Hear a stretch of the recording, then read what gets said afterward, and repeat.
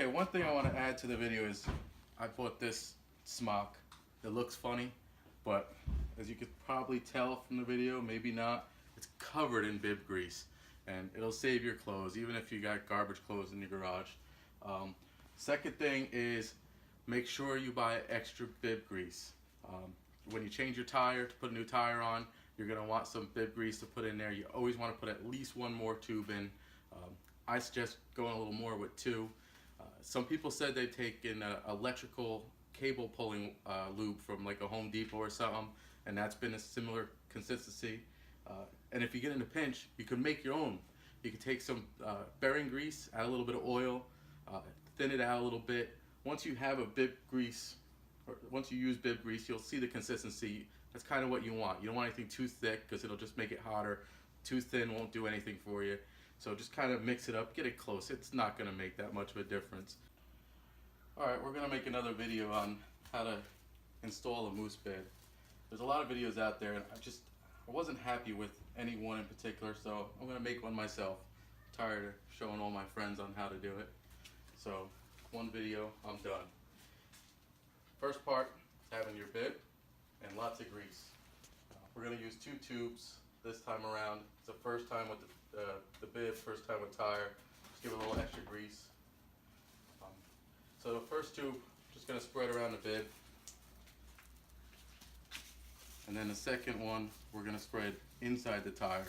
Just make sure everything's lubed up real good. Be prepared to get covered in grease and be sloppy. So when you're going to do a bib, especially your first couple times, getting used to it, you got to be prepared for war. You're going to be fighting. It's not easy until you learn how to do it. Once you learn how to do it, it's actually easier than putting a tube in, because you don't have to worry about pinching a tube or being gentle. The other thing is we got these nice new rims I get to scratch up. You're probably going to scratch your rims. You're changing a tire. It's a dirt bike tire.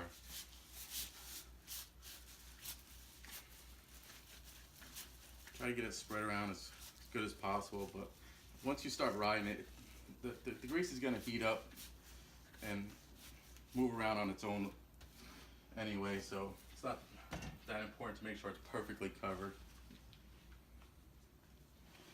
Next one I go tire.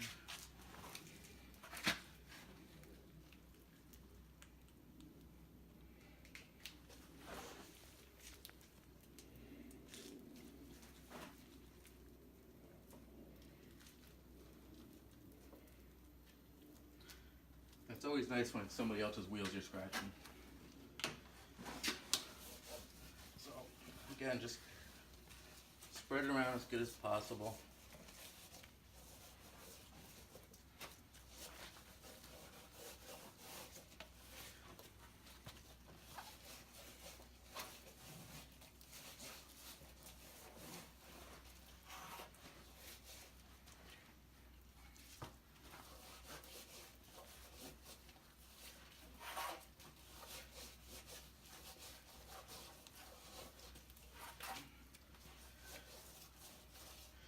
Alright, good to go.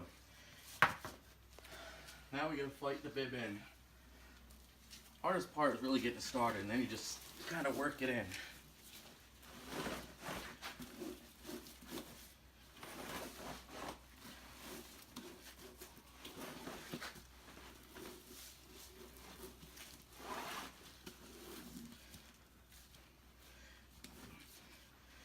Now, I like to actually open it up a little bit. Sometimes air gets stuck in there, so just pull it up. That one actually didn't seem to have any air. Sometimes you hear it even go. Alright, so keep the bead lock towards me. I'm going to hook the bead lock in the bottom, and then you start your fight. Got a nice big belly. Push it against that tire.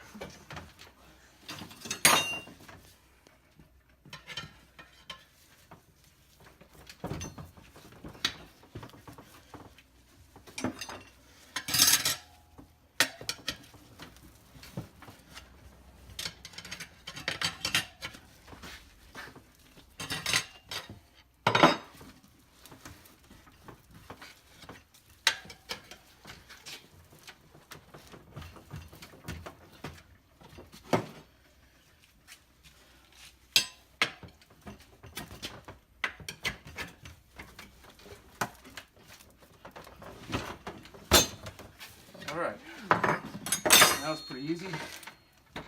Usually you just push it down, get the bib set in there pretty good. All right, so we got the bead lock on this side. Gonna start on the opposite side.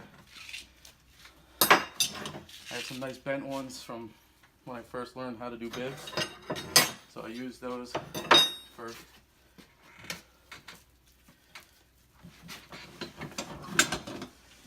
I guess I probably should have pointed this out first. So I use 8 irons. I got 4 bigger ones. I don't always use all 4. Getting the tire off, especially getting the first bead off, I do use 4 a lot. And then I use these 4 to stick in, and you'll see in a couple minutes here.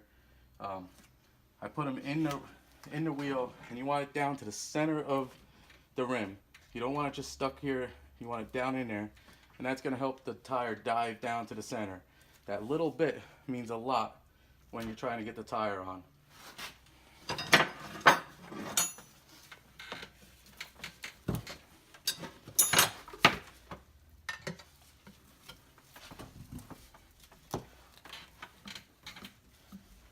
So you got it in there, set down low.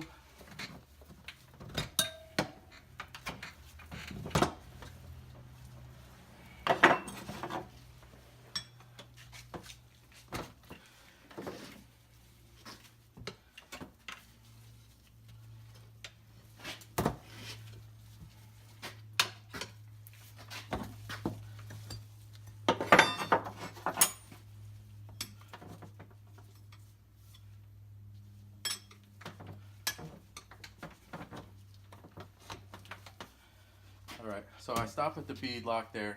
Now I'm going to work back the other way. I try to always end up at the bead lock.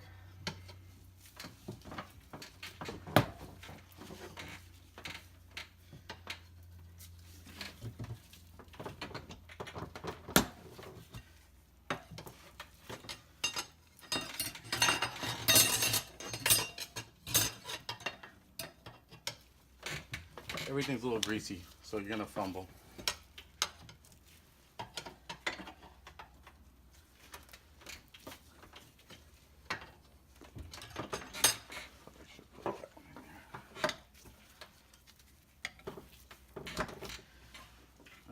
So now I grab the ones that got the nice hook.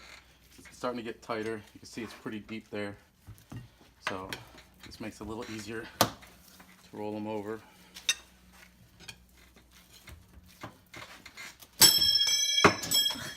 That's not what you want.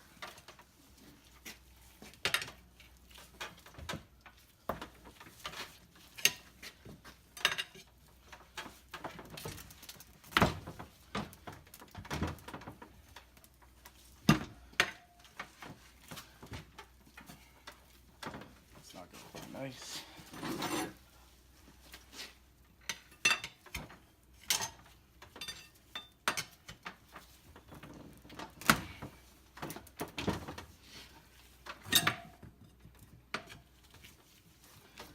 So once you start getting to tighter, you want small bites.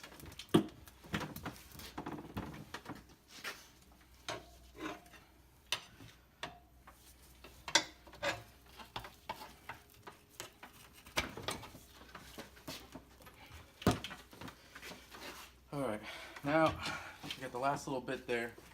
And I want the bead lock get pushed in. Grab that, push it in like that. I got my elbow on this one. It should pop. Or not. I got a hammer there too if I need it. Usually.